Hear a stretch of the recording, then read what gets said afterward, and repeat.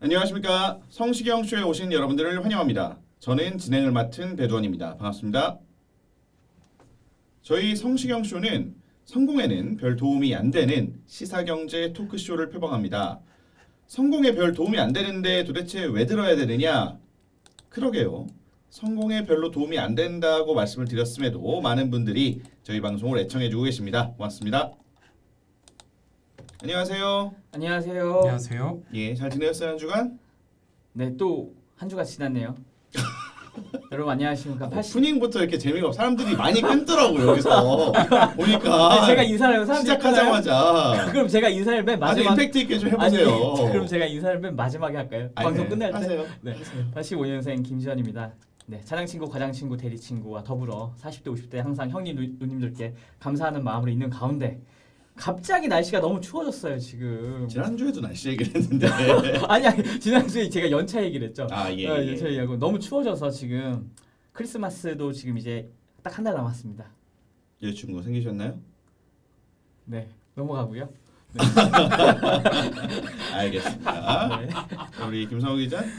안녕하세요. 김성우입니다. 예, 크리스마스가 한 달 남은 가운데 김지원은 소개팅을 시켜줘도 받지 않는다. 네, 그런 상황이고요. 네, 김성우 기자 있습니까 지금? 만나는 비밀입니다. 거? 아, 네. 우리가 굉장히 비밀 별로 궁금해하지 않는 사람들이 굉장히 막 베일에 가려진 듯한 우리 두 총각 기자들의 이야기였고요. 네. 자, 각설하고 바로 들어가시죠. 오늘의 주제는 전세 대책. 전세 대책. 저희가 지금 부동산을 벌써 몇 번째 하는 거예요. 자, 이 정부의 부동산 대책이 굉장히 나올 때마다 논란이 되고 있고 아름답죠. 이번에도 지난 19일 날 목요일 날 11월 19일이죠. 11월 19일 날 네. 전세 대책이 발표가 됐습니다. 네. 저희가 발표가 될 거로 예상을 기존에 해왔었죠. 이거는 안 하고는 못 뺄 거다. 선거가 얼마 안 전세 남았기 난 때문에 말씀하신 전세난 거죠? 우리가 임대차 3법 방송을 했었고 그중에 2법 임대차 2법이 시행이 되면서 전세난이 현실화됐다.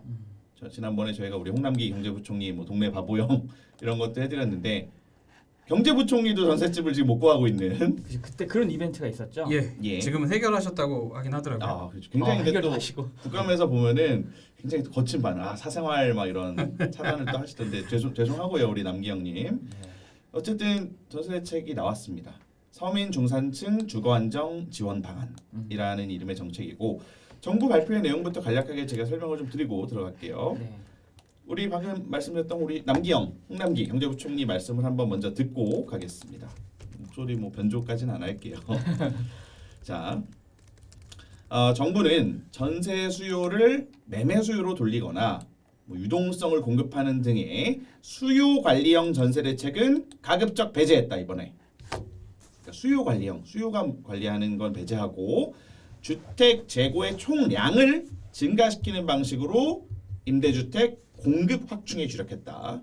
이렇게 말씀하셨어요. 그러니까 수요가 아니라 공급 중심으로 했다 이렇게 이해하면 되는 그렇죠. 건가요? 전세 공급이 지금 부족하다고 판단을 해서 요거에 주력한 대책이다. 자, 그러면서 특히 당면한 전세 시장 어려움 해소를 위해서 2021년 상반기까지, 그러니까 내년 상반기까지 초단기 공급 물량 확보에 총력을 기울이기로 했다. 그러니까 내년에 이미 계획한 물량 중에 전국에 한 19,000호, 수도권에 11,000호 정도가 내년에 계획이 된 물량인데 이거를 하반기를 상반기로 땡기고 또 2분기에 있는 걸 아주 1분기로 입주 시기를 좀 단축을 하겠다. 어떻게든 지금 당장 심각하니까 알겠다. 내년 1, 2분기 선거 있잖아요. 또 물론 뭐 선거 때문에 이러는 건 아니겠지만 엄청 간절해 보이는데. 초단기 공급 물량을 확보하겠다. 네. 그러면서 뭐 이제 뭐 좋은 얘기도 하십니다. 중장기 공급 기반도 뭐 확충하겠다. 자, 그러면서 어쨌든 이번 대책으로 2021, 2022년 전국의 공급 물량이 예년 수준이 돼서 그동안에 우려됐던 그 공급 물량 부족 현상은 해소될 것이다. 뭐 이렇게 말씀하셨어요. 자, 실제 우리 김현미 장관이 발표한 정책, 국토부에서 발표한 정책을 또 말씀을 드릴게요. 네. 헤드라인부터 보면은 앞으로 2년간 전국에 11만 4천 호 규모의 임대주택을 공급을 하겠다. 그걸 전세로 공급한다는. 그렇죠. 지금 전세난이니까 전세난 대책이니까 진짜 영혼을 끌어모은 느낌이 이번에도 납니다. 그러니까 공공 임대주택을 확대하고 또 공공 임대주택의 질을 확 높여서 이 수요를 좀 중단을 하겠다. 아유 이게 딴소리인데 이거 왜 이렇게 제목이 기나요? 이게 궁색하니까 이렇게 나오는 그럴 수도 있어요. 그 중장기 공급 확대 대책도 있습니다. 뭐 이따가 좀 언급이 나오겠지만 뭐 질 좋은 평생주택, 뭐 중산층도 살 수 있는 30평대 공공임대. 그러니까 우리가 보통 공공임대 하면 사실 약간 별로 질이 안 좋다라는 인식이 있는데 이게 진짜 중산층도 살 수 있는 그런 거를 2025년까지 6만 3천 가구 공급하겠다. 근데 이게 너무 먼 얘기야. 이 정권이 끝날 수도 있는 2025년 얘기. 그래서 뭐 물론 이제 되게 좋은 얘기예요. 거주 기간도 30년으로 확 늘리고 기존에는 소득 그 기준도 중위소득 130% 정도였는데 이거를 130에서 150% 구간을 신설을 합니다. 그러니까 완전 이렇게 좀 어려우신 분뿐만 아니라 좀 어느 정도 사는 분들도 살 수 있게 하고 또 면적 주택의 면적 한도도 기존에는 이 60제곱미터였는데 이걸 한 30평대인 85제곱미터 우리 가장 인기 있는 평형이죠. 이걸로 확대를 하겠다라는 거. 그런데 이거는 이제 지금 당장의 급한 불하고는 사실 큰 상관이 없는 거고 오늘 60평이면 약간 그러니까 60 전용 면적 60제곱미터면 예 공급 면적으로 봤을 때 한 25평형 25평도 안 되죠. 예, 약간 그런 느낌이고 그다음에 예. 이제 85제곱이면 이제 한 33평형 정도 그런 거죠. 네. 맞습니다. 근데 어쨌든 사실은 이거는 당장에 지금 전세난 급한 불하고는 상관이 네. 별로 없고 네. 자 이번에 이슈가 됐던 또 핵심이기도 한 단기 대책 위주로 간단하게 말씀드리겠습니다. 첫 번째 기존의 공공임대 공시를 활용하겠다. 공공임대 공시를 확대하겠다. 그 현재 그 정부에서 공공임대주택을 하고 있어요. 그쵸. 그런데 한 6개월간 비어 있어야 공실로 분류가 되는데 이를 한 3개월로 단축을 해서 이거를 전세형으로 돌리겠다. 전세가 거의 없었는데 3개월 비어 있는 거는 다 전세로 풀겠다. 이게 전국에 한 3만 9천여 가구 된다고 합니다. 수도권에 한 16,000 가구, 특히 이제 지금 난리인 서울에만 한 4,900가구가 지금 해당이 된대요. 이 공실인 임대주택을 이거를 전세로 돌리겠다. 뭐 강남에 198가구, 송파에 263가구 뭐 이런 얘기 하더라고요. 발표 보니까. 어쨌든 이런 거를 좀 풀겠다라는 거고. 그다음에 뭐 소득이나 자산 제한도 없고 올 연말까지 이 지금 전국의 3만 9천 가구를 전세로 전환해서 무주택자기만 하면 누구나 입주할 수 있게 하겠다. 이런 게 첫 번째고. 공실 약간 기간도 짧게 한 짧은 공실도 돌려주고 그다음에 요건을 좀 완화해 준다는 거죠. 들어갈 수 있는 거죠. 요건을요. 네. 예, 일단 그 중위소득 얘기 조금 해야 될 것 같은데 예. 지금 한 150%로 늘어나게 되면은 그 1인 가구 기준으로 한 달 월급이 한 260만 원 정도. 1인 가구 기준으로. 1인 가구 기준. 뭐 2인 가구면은 한 450만 원 정도. 그러니까 실제로 이렇게 뭐 많이 늘어났다고 보면 돼요. 들어갈 수 있는 가구가. 3인 가구가 503만 원이래요. 예. 130%가. 그래도 꽤 버는 분들이네요. 건가요? 아닌가요? 3인 가구 500. 근데 이거를 그쵸 130에서 150% 구간을 신설한다는 거는 예, 뭐 그러니까 조금 더 이거보다 잘 사는 분들, 원까지, 이거보다 예. 더 잘 버는 분들, 그러니까 네. 이게 쉽게 말해 중산층들도 공공임대 주택 들어올 수 있게 하겠다. 사실 그러니까 그 애 하나 있는 이렇게 맞벌이 가정 같은 경우 그 월급 한 달에 한 실수령 한 270, 80 뗀다고 보면은 그 대부분 그런 가정 되게 많거든요. 그러면 이런 가정까지 이제는 들어갈 수가 있게 되는 거예요. 예. 그렇죠. 이게 첫 번째 어떤 공공임대의 확대 정책.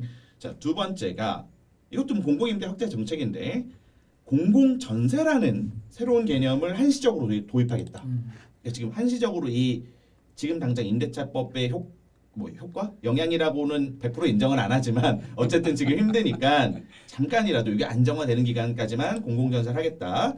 그러니까 이게 3, 4인용 어떤 규모나 품질을 다른 공공전세를 만들겠다는 건데 전 2022년까지 내후년까지 전국에 18,000가구를 공급하겠다라는 거예요. 서울에 5,000가구 포함해서 자 이게 한국토지주택공사 LH죠. 네. LH가 민간 건설사하고 사전에 약정을 체결해서 건물을 짓는 매입 약정 방식으로 한다는 거예요. 근데 다세대나 오피스텔 등의 물량 확보. 그러니까 아파트는 시간이 너무 오래 걸리잖아. 지금 당장 아파트를 언제 지어? 물론 이제 기존에 이미 지어진 주택을 사들이는 매입형도 병행을 하는 거고. 자 어쨌든 이렇게 다세대 주택이나 오피스텔 등 신축 건물을 빠르게 확보할 수 있는 거를 확보해서 공공임대로 정부가 이제 사들여서 세를 주겠다라는 거예요. 근데 핵심은 기존 방식과는 좀 달라. 왜? 기존에 이렇게 해도 사람들이 별로 관심이 없었잖아. 공공임대 건설주택에. 그렇죠. 근데 이번 컨셉은 고품질이다. 뭐 면적도 4인 가구도 충분할 수 있게 60에서 85제곱미터 위주 비중을 확 늘리고 그 다음에 뭐 자재나 인테리어도 좀 좋은 걸 쓰고 편의시설 막 그 밑에 문화센터, 육아, 돌봄, 피트니스 요새 이런 거 좋은 아파트들 많이 있잖아요. 네. 이런 걸 우리도 넣겠다.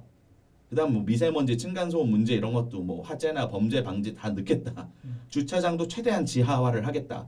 이렇게 해서 기존에 있거나 또는 새로 앞으로 지을 다세대나 오피스텔들을 정부가 사서 전세 주겠다라는 거예요. 그러니까 약간 좀 기존에 우리가 3, 4인용 사실 3, 4인용 그 가족 중에 이제 수도권에서 전세를 살려고 하는 수요가 있는데 그렇죠. 사실 그분들이 되게 간절한 지금 상황인 건데 그걸 좀 정부 입장에서 우리가 이걸 알고 있다. 당신에게 도움 줄 거란 약간 그런 시그널로 해석할 수가 있는 부분이 맞습니다. 네. 그러니까 기존에 물론 이제 아파트는 아니지만 네. 어쨌든 할 수 있는 걸 하겠다.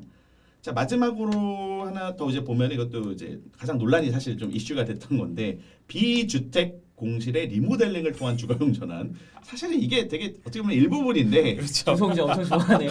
거의 이게 이제 정치권에서도 그렇고 이게 호텔을 이게 호텔인가요? 이 호텔 비주택 호텔이랑 공실. 상가. 맞습니다. 그러니까 상가나 호텔을 리모델링해서 이제 이거 3, 4인 가구는 아니고 1인 가구 위주의 공공임대로 좀 만들겠다.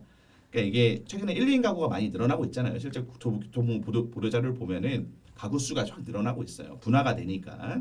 그렇기 때문에 이 비어있는 상가나 오피스텔, 호텔 등 이런 숙박시설을 리모델링을 해서 주택으로 개조하는 거야. 그런 다음에 이걸 공공임대로 주겠다. 만약에 그럼 제가 호텔에서 제가 혼자 사니까 그럼 제가 앞으로 용산 무슨 호텔에 사 그러니까 이제 이름을 호텔이 아니겠죠. 호텔을 어떻게 호텔 산다 그러면 좀 이상하잖아. 내가 호텔 갚고 가는 거 이름을 바꾸겠죠.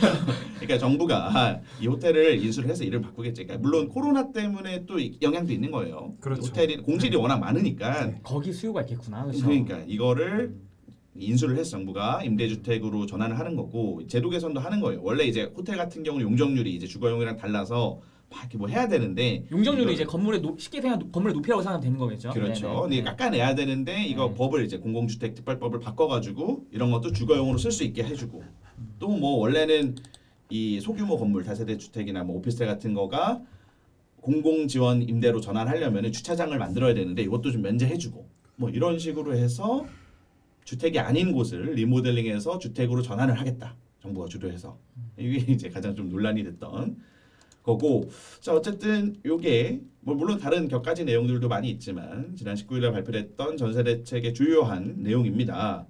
어떻게 좀 분석을 하고 있는지 우리 두 기자 뭐 여러 층위로 분석을 할 수 있을 것 같아요. 일단은 김정 기자가 그 공공임대 확대 정책부터 좀 뜯어봐 주시죠. 네네. 여기 보면은 이제 지금 저희가 단기랑 장기 대책이 있었는데 사실 장기는 이제 아까 배 선배가 말한 것처럼 좀 너무 멀리 있는 일이고 하다 보니까 멀다는 거는 정권이 교체될지 안 될지 모르잖아요 아니 사실은요. 이제 어쨌든 문재인 정부는 아니거죠. 우리는 중임제는 아니니까. 그렇죠. 이거 부동산 정책이 또 이제 5년 있다 어떻게 뭐가 나올지 모르기 때문에 이제 중장기보다 일단 저희는 단기를 포커스를 맞춰서 얘기를 하고 있고 그 와중에 이제 단기 중에서도 아까 말씀하신 첫 번째 그러니까 LH의 공공 임대 관련 공시를 이용해서 전세로 주겠다. 그렇죠. 이거에 대한 얘기인데 이거에 대해 약간 좀 비판적인 의견들이 있더라고요. 그래서 저도 이제 포인트는 뭐냐면 두 가지인데 하나는 이겁니다. 그러니까 LH의 공시를 전세용으로 일반 사람한테 주는 거는 자칫 LH의 어떤 부실을 죄송합니다. 그러니까 공공임대가 실패한 거를 떠넘긴 게 될 수도 있다라는 평가도 가능하다는 거죠. 그러니까 이제 이거에 대해 좀 구체적으로 얘기하면 이렇습니다. 우선 임대주택, 그러니까 공공임대가 약간 좀 생소하신 분들이 있을 것 같아요. 예. 여기 보면 이제 공공임대가 크게 이제 건설임대랑 매입임대가 있습니다. 그래서 네. 건설임대라는 거는 지어서 정말 임대를 주는 거고 매입임대는 만들어진 거를 사서 LH 이런 데 사서 임대를 주는 거죠. 근데 이제 여기 보면 막 뭐 영구 임대주택, 국민 임대주택, 행복주택 별의별 게 많잖아요. 통합을 한다면서요. 이거. 예, 뭐 통합도 하고 근데 이제 너무 종류가 다양해서 헷갈리는데 그냥 이제 좀 어떤 거는 50년 임대고 어떤 건 30년 임대 차이가 있고 어떤 건 이제 뭐 영구 임대 같은 건 최저 소득계층, 국민 임대는 저소득 서민, 행복주택은 신혼부부 이런 대상의 차이가 있으니까 그러니까 대상과 기간의 차이라고 생각하면 되고요. 이제 알아야 돼. 예, 많이. 너무 복잡해서 그냥 대상과 기간의 차이라고 쉽게 생각하면 될 것 같고요. 자, 이 상태에서 2020년 10월 달 뉴스 이런 게 나옵니다. 뭐냐면은 LH의 진성준 의원실에서 한 거래요. 더불어민주당. 예. 공공임대 주택 빈집이 지금 25,000호랍니다. 지금까지. 빈집이. 예. 근데 이로 인해서 LH도 사업자니까 임대를 못하면 손실이 생기는 거잖아요. 그렇죠. 이게 1,177억 원의 지금 손실이 났대요. 5년간. 그러니까 임대주택을 하겠다고 사업을 했는데 네네. 사람들이 안 들어와. 안 들어오는 거예요. 그러니까 지금 현재 기준은 6개월 기준일 때 아까 25,000 가구라는 거죠, 그렇죠? 네네네. 근데 그걸 갑자기 정부에서 이 공시를 전세용으로 당신들에게 새로 필요한 분들에게 줄게 위해 버린 거예요. 근데 이제 여기서 이런 논점이 생기는 거죠. 그럼 LH는 그럼 왜 초기에 공실이 생겼다는 거 사람들이 굳이 여기 안 들어갈래 이렇게 해서 생긴 건데 왜 이렇게 실패를 했느냐? 네, 애초에. 실패한 걸 지금 넘긴다는 거죠. 어떻게 생각하면 그렇게 볼 수 사실. 있는 측면이 있죠. 일단 왜 실패했는지 그러니까 공실이 생긴 것들을 몇 면을 따져보면은 네. 첫 번째 가장 임대료가 비싼 경우가 엄청 많아요. 예. 공공 임대주택인데도 예, 예. 임대 조건에 대한 이게 불안감. 임대료 자체가 사실 나라가 정하는 게 아니라 주변 시세가 그렇죠. 따라서 정해지는 거죠. 주변 시세 90%인데 뭐 강남 같은데 만약에 가령 인건 임대료가 100만 원이면은 뭐 공공 임대주택 들어와봐야 90만 원인 거예요 월세가. 그런데 엄청 또 비싸죠. 이런 네. 공공임대주택을 들어가려면 아무나 들어가는 게 아니잖아요. 그렇죠. 소득이나 어떤 이런 그렇죠. 무주택자이기도 해야 되고 자산도 제한이 있고. 네. 그런 문제도 당연히 지금 얘기하신 문제 되게 크리티컬한 문제고. 그러니까 세는 비싼데 이 조건은 까다로워. 그러니까 그렇죠. 공실이 나는 거지. 하고 네. 또 막상 그 지역 기반 자체가 그러니까 공실 난데 가면 일단 인프라도 안 좋고 사실은 그러니까 우리가 지금 수도권에 사는 사람들이 수도권이라서 좋은 게 아니라 수도권의 교통시설 이용해서 직장 출퇴근도 잘하고 뭔가 이렇게 역세권, 쾌적한 게 필요한 숲세권, 건데. 뭐 교육이 좋든지. 그렇죠. 거기서 벗어나서 만들어 놓으면 솔직히 인기가 없잖아요. 그런 것도 있고 그다음에 이제 이 임대주택의 문제를 지적할 수 있는 게 우리나라는 임대주택이 다른 나라에 비해 되게 작은 편이래요. 그러니까 평형이 작년에 이제 국회 입법조사처 그런 데서 이제 보고서가 간단하게 낸 게 있는데 거기 자료 보면 이렇습니다. 그러니까 40제곱미터 미만이 우리나라가 엄청 많대요. 그러니까 전용 면적 40제곱미터면 뭐 이거 몇 평이죠? 아까 제가 말씀드린 60제곱미터가 이제 우리나라 평형으로 공급 면적이 25평형인데 예. 40제곱미터면 그거의 3분의 2밖에 안 되는 그렇죠. 거잖아요. 그러면 더 작은 거죠. 좁다. 좁은 거죠. 근데 이런 것들이 지금 여기 나온 통계에 따르면 어떻게 되어 있냐면은 영구 임대주택 그러니까 이제 최저 소득계층을 위한 영구 임대주택에서 40제곱미터 미만이 94%. 그러니까 작은 집이 대부분이구나. 네, 그리고 신혼부부나 사회초년생을 위한 행복주택에서도 97%. 그리고 이제 그걸 전반적으로 봤을 때도 40제곱미터 미만인 곳이 이제 한국 전체 공공주택을 봤을 때요. 예. 그때 대략 그 40제곱미터 미만이 한 42, 그러니까 뭐 여기 42% 정도 된다고 하는데, 그러니까 그 42%가 아니 42%에서 한 47% 정도 된다고 하는데 전체 공공주택에. 전주택에서 적은 거 아니야? 아까 90 몇 프로라더니. 근데 이제 그걸 또 전반으로 확대하면 다른 임대주택들이 있거든요. 다른 이제 장기 전세나 이런 것들을 보면 그때는 좀 평을 높여줘요. 왜냐면 소득이 좀 있는 사람들이 그건 들어오기 때문에. 그러니까 전반적으로 합치면 40제곱미터 물량이 한 47%인데 일본이나 영국은 24%밖에 안 돼요. 24% 정도밖에. 아니 근데 우리가 생각하기에 뭐 영국은 모르겠지만 일본이나 뭐 특히 독일 이런 사실 우리나라가 큰 집을 좋아하지. 네네네. 일본이나 어떤 독일 이런 약간 조금 뭐 합리적이라고 그렇죠. 하니까 이런 선진국들이 되게 좁은 집에 잘 살다고 저는 알고 있는데 그래도 공공주택은 또 공공주택을 그렇지 봤을 않다. 때는 우리보다는 그래도 좀 더 큰 걸 더 많이 배정한다 이거죠. 그래서 그런 관점에서 봤을 때도 우리가 지금 아까 얘기한 것처럼 수도권에 3, 4인용 중형이 부족한 건데 이 작은 1, 2인용 임대 공시를 뭐 LH가 지금 너 전세 줄게 풀겠다. 이게 도대체 그러면 실효성이 있느냐는 논란이 하나가 있고요. 예. 두 번째로 이제 이건 약간 좀 작다면 작고 크다면 큰 얘기인데 이제 정부 보도 자료에 보면은 강남이 뭐 이제 공실 198가 LH 관련 강남 198호, 송파 263호, 강동이 356호 이렇게 나와 있어요. 그러니까 이게 3개월 이상 비어 있는. 데가. 그러니까 원래는 공실이 아니었지만 이번 정책으로 공실로 딱 해서 얘네 생기는데. 전세로 내주겠다. 네. 근데 사실 198, 263, 356이면 합쳐봤자 지금 이게 700, 800? 그러니까 이제 드리고 싶은 얘기는 뭐냐면 물론 방금 말씀드린 지역이 인기가 많으니까 공실도 적긴 하겠지만 또 한편으로 생각해 보면은 사실 인프라나 사람들이 선호하는 지역 관련된 공실이 또 그만큼 많진 않을 거기 때문에 사람들은 좋은 데를 살기 원하잖아요. 사실. 얇게 해봐야 이런 좋은 동네는 한 1000가구 또 안 되는데 이게 이렇게 의미가 크게 있겠느냐. 그런 문제가 짚어줄 수 있다는 생각들이 있더라고요. 네.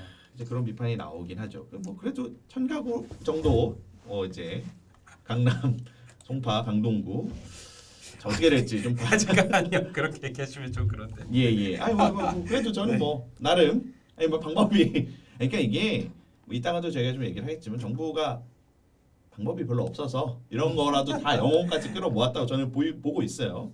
김성우 기자는 또 우리 뭐 신축 매입 약정, 예. 아까 우리 공공 전세 관련해 좀 분석을 했죠. 예, 제가 얘기하고 싶은 건 공공 전세 주택이랑 신축 매입 죄송합니다. 신축 매입 약정입니다. 예. 오늘 좀 말이 꼬이네요. 발음이 어려운 말. 이거를 두 개 다 해가지고 정부는 신축 전세형 주택 공급이라고 얘기를 하더라고요. 예. 그러니까 뭐 말 그대로 집을 새로 지어가지고 그걸 갖다가 전세로 주겠다 이런 얘기들인데 예.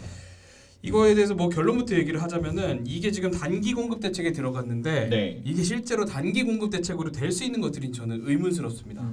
예. 이게 왜 그러냐면은 이게 지금 여기 묶여 있는 집들이 보면은 공공전세 주택은 1.8만 호, 그러니까 18,000호. 예. 그리고 신축 매입 약정은 전국적으로 44,000호인데 이거 다 하면은 뭐 6만 호가 넘죠. 6만 2천 호 정도 그렇죠. 되죠. 예. 근데 이거를 다 공급하려면은 그 시간이 좀 걸린다. 그렇죠. 시간이 걸릴 수밖에 없어요. 왜냐면은 당연히 집을 지어야지만 전세를 공급할 거 아닙니까? 그렇죠. 뭐 그런 상황에서 지금 조금 찾아보니까 이런 그 정부에서 지원하는 지금 신축 매입 약정 주택들 이게 지금 올해만 해가지고 한 2만 원, 3만 원 정도가 들어가 있는데 이 집들에 그러니까 이 건물에 그 집이 몇 개나 들어가느냐 이거를 조금 언론에서 통계를 내놓은 게 있어요. 예. 찾아보니까 한 건물당 28세대 정도 들어간다 그러더라고요. 아 이렇게 맞추려면. 예. 그러니까 뭐 44,000호 지으려면은 제가 조금 계산해 보니까 한 3,400개 정도 건물을 지어야 됩니다. 아 그러니까 이제 신축 매입 3,400 개나. 약정으로 어떤 3, 4인용이 들어갈 수 있는 네. 건물을 지으려면은 한 몇 개요? 3,400개 건물을 그 몇 년 안에 짓는 해야 돼요? 그거를 뭐 최대한 빨리 2022년까지 22년까지 짓겠다는 건데 전국에다가 아니, 네. 서울만 봤을 땐 그래도 되지 않으려나? 5천 가구 서울 5천 가구라는데 그럼 그 몇 개야 건물? 아, 근데 3천이 넘으면 이 숫자가 네, 그렇죠. 뭐 서울만 했을 때는 2만 가구 그리고 공공전세까지 하면 5천에서 2만 5천 개인데 예. 그래도 한 1,500개 정도는 지어야 되는 거예요. 그런데다가 이게 또 1,500개 짓는데 이게 보면은 좀 위에 그 뭐 이번에 자료 나온 거 보면 아실 거예요. 자료를 예. 보면은 이렇게 뭐 기존의 뭐 공공 전세 주택이나 아니면은 그 매입 약정 공공 임대 주택들 해가지고 예시로 나온 것들이 있는데 예. 이게 보면은 건물 중에서 뭐 220개 그 임대 주택 들어가 있는 건물도 있지만 보면은 뭐 실제로 이렇게 4인 가구가 살아야 되는 뭐 이렇게 우리가 아는 빌라들이죠. 이런 것들은 보면은 건물 하나에 막 그 가구가 15개, 17개 이렇게 그렇게밖에 안 들어가거든요. 되겠죠. 왜냐면 이 4인 가구 들어갈 집이 28가구가 있는 거면 굉장히 큰 그쵸, 사실은 엄청 큰 거죠. 꽤 커야 돼요 이게. 예. 이게 단순히 그냥 조그마한 다세대를 매입 약정하는 게 아니라 네. 진짜 꽤 규모가 있는 걸 지어야 되는데 이걸 2022년까지 이렇게 많이 짓겠다고? 이렇게 현실성이 약간 의문을 현실성에 제기한다는 조금 거죠. 한계가 있는 상황인 거죠. 네. 그래도 잘만 되면 좋을 텐데. 뭐 응원은 합니다. 되기가. 자, 그러면 어쨌든 지금 딱 이 공공임대 확대라든지 공공전세 조금 전반적으로 두 기자분들 다 약간 좀 이렇게 좋은 점수는 못 주고 있는 것 같네요. 실제로 전문가들 평가도 좀 물론 엇갈리긴 하지만 큰 효과가 없을 거라는 전망이 더 많은 것 같아요. 최근에 또 어제 여론조사가 나왔어요. 국민의 한 절반 정도는 뭐 효과가 별로 없을 것으로 본다. 뭐 이런 게 나왔습니다. 어떻게 보세요? 두 분은 이게 이번 대책이 좀 먹혀들 것인가? 안 될 것 같아요. 안 될 것 같다. 아니 어떻게 왜 어떤 점에서 그렇게 보이시는지. 사실 뭐 이게 지금 대안으로 내놓은 게 기존에 안 나가는 공공임대주택 갖다 쓰겠다. 비주택 공실 리모델링해서 쓰겠다. 그 호텔 문제됐던 것들 그거죠. 아니면은 뭐 건물 지어가지고 그 뭐 전세로 내주겠다. 뭐 이렇게 얘기하는데 이게 뭐 일부는 사실상 주택으로서 기능이 떨어지는 것들이고 좀 앞으로 공급하겠다라는 것들은 뭐 건물 3,000개 지을 수 없잖아요. 그렇게 생각하면 하겠다고 이렇게 하는데 뭐 그냥 조금 현실성이 떨어진다는 생각이 들어요. 김정 기자는 어떻게 보십니까? 저도 현실성은 아니 그러니까 저는 정권 교체가 걱정이 되는 거고요. 잠깐만요. 걱정이 된다. 잠깐만요. 아니 왜냐면 걱정까지. 지금 선거가 언제죠? 내후년인가요? 잠깐만. 아 대선이요? 대선, 2022년 3월인가 그렇죠? 그러면 사실 4월인가요? 2020년 3월만 돼도 그 전에 이제 후년. 6개월 잡았을 때 2021년 9월까지는 뭔가를 해야 되는 것 같은데 느낌상. 그러면 결국 지금 뭐 1년 남짓인가요? 그러니까 이거 단기적으로 지금 빨리 이렇게 하기도 쉽지 않은데 그러니까 정권 교체 그러니까 정권 교체를 전제로 한 얘기가 아니고요. 교체 될 수 있고 안 될 수도 있는데 예. 너무 이제 그 이후의 일은 저희가 지금 당장 부동산 정책의 어떤 불안전성을 생각할 때 재단하기 쉽지 않고 그럼 결국은 1년을 봐야 되는데 단기적인 걸 봐야 근데 지금 되는데 공급한다는 게 사실 방금 김성 기자도 얘기했지만 그런 부분들이 실효성 있지 측면에서 않을까? 물론 예 말씀하십시오. 아니 이게 사실 애초에 이렇게 공급을 진작에 늘려가지고 지금쯤 이렇게 공급이 조금 나왔어야지만 이런 문제가 안 생기는 건데 이게 보면은 뭐 박원순 시장이 오랫동안 저기 서울시장 하시면서 그리고 문재인 대통령도 뭐 17년부터 이렇게 집권을 하셨잖아요. 그러면서 이게 서울시에 전혀 공급이 없었어요. 그래서 뭐 이런 상황이 재개발 이어진 재건축을 건데 좀 많이 이렇게 그렇죠. 재건축 재개발을 많이 묶어놨죠. 묶어놨다 보니까 결국에는 그러니까 저는 개인적으로 뭐 이걸 보면 이 보도 자료나 전세 대책을 보면서 진짜 그 영혼까지 끌어모았다. 아니 뭐 당연히 단계적으로 어떻게든 숨통은 조금은 트이겠죠. 근데 이제 정말 어느 정도 규모까지. 그러니까 우리가 지금 이 핵심은 전세 수요는 교통도 좋고 나름 뭐도 좋고 한 이런 좋은 지역에 특히 이제 서울 기준으로 30평대 그러니까 3, 4인 가구를 할 수 있는 아파트를 워낙 선호하니까 사람들. 네. 근데 아파트는 지금 당장 뚝딱뚝딱 해갖고 뭐 할 수가 없으니까 뭐 이런 매입 약정 얘기도 나오고 뭐 확대하는 것도 나오고 고육지책을 쓴 거예요. 그러니까 고육지책을 썼는데 저는 그 자체는 뭐 나름의 효과가 조금은 있을 거라고는 봅니다. 근데 어느 정도 그게 되겠느냐? 사람들이 원하는 건 여기 있는데 이거를 준다 그래서 물론 좋게 주겠다고 하죠 지금. 아파트 못지않게 하겠다라고 하는데 사람들의 어떤 수요와는 다르잖아요. 그래서 근원적으로 김성기 기자 아까 그런 얘기 우리 사전에 얘기할 때 하지 않았습니까? 이게 지금 현재로서는 이 방법밖에 없지만 사실 이 정책 부동산 정책 자체가 답이 없게 흘러온 거 아니냐 이런 어떤 입장이 어떤 있어요. 관점이 저는 어떤 그렇게 관점이 생각을 해요.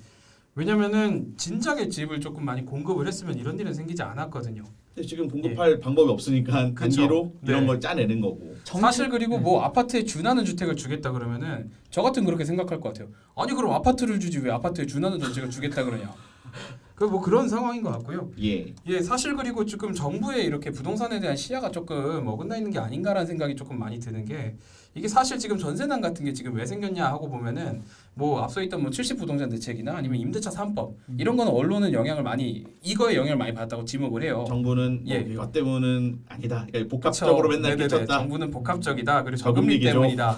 뭐 이렇게 얘기를 하는데 아니 뭐 그것도 맞아요. 저금리. 그건 맞긴 한데 그게 맞긴 한데 아무튼 뭐 그런 식으로 이렇게 저금리로 이렇게 전체적인 틀의 맥락을 놓고 가다 보니까 사람들이 원하는 주택에 대한 이렇게 생각 같은 게 많이 부족한 거거든요. 그렇기 때문에 또 이런 문제가 생기는 게 아닌가 싶고요. 그래서 뭐 굳이 뭐 대안이라면은 지금 여기 뭐 자료에도 나와 있어요. 그러니까 그 가로정비 사업이라고 하죠. 그 재개발이나 재건축 같이 큰 규모의 그런 아니지만. 개발 사업은 아니지만 조그맣게 아파트 단지를 짓는다든지 이런 것들인데 여기도 보면은 가로정비 사업을 한다라는 얘기만 나왔지 이걸 어떻게 구체적으로 하겠다. 추진하겠다 이런 얘기는 없습니다. 이런 게 결국 필요하다. 네. 그러니까 사람들이 원하는 집을 좀 지어줘야 되는데 맞아요. 지금 이렇게 뭐 다른 얘기만 하고 있는 거 아니냐 이게 이제 어떤 우리 일반 시민들의 여론하고는 조금 다를 수 있는 맞아요. 부분. 저는 약간 제가 걱정까지 할 건 아닌데 어차피 저는 사실 자가도 없고 갑자기 고백을 해요. 다 없는데 집 없는 무주택자. 네, 근데 이제 강남에서 월세 살지 않으세요? 아니 근데 그 월세도 정말 변변치 않은 저 진짜 혼자 예. 원룸을 어쨌든 근데 알겠습니다. 다 떠나서 이제 이런 부분이 저도 우려스러운 건 뭐냐면은 지금 2025년에 2024년 5년 해가지고 신도시 그걸 전제로 해서 그때 이제 100만 호 넘게 뭐 이렇게 가능성이 있으니까 그때 동안만 한시적으로 지금 이렇게 전세난을 해결하겠다고 해서 내놓은 정책으로 이제 외부에서 평가들을 많이 그렇죠. 하더라고요. 근데 이제 그런 거죠. 뭐냐면 그러면 그렇게 해서 만약에 이주를 하게 되면 6년 동안 한시적으로 어떻게 5, 6년 버틴 다음에 이주하게 되면 5, 6년 동안 뭐 리모델링도 한다, 뭐 공실을 집으로 마련해주겠다 해서 다시 이렇게 어떤 돈을 들여서 공성에 쓴다는 건데. 근데 이제 공급 물량이 그때 확 늘어나서 또 이동을 하게 되면 지금 거기는 또 이제 비는 거 아니냐 이런 얘기예요. 짧은 기간 동안 한 물량, 그럼 이제 또 그 물량이 어떻게 될지 또 어떻게 알고 사실은. 그러니까 한시적으로 지금 너무 급박하다는 알겠는데 그 급박한 것도 사실은 아까 지금 김성우 기자 얘기했지만 임대차 지금 통과된 게 3법 중에 2개만 지금 입법이죠. 시행되고 있죠.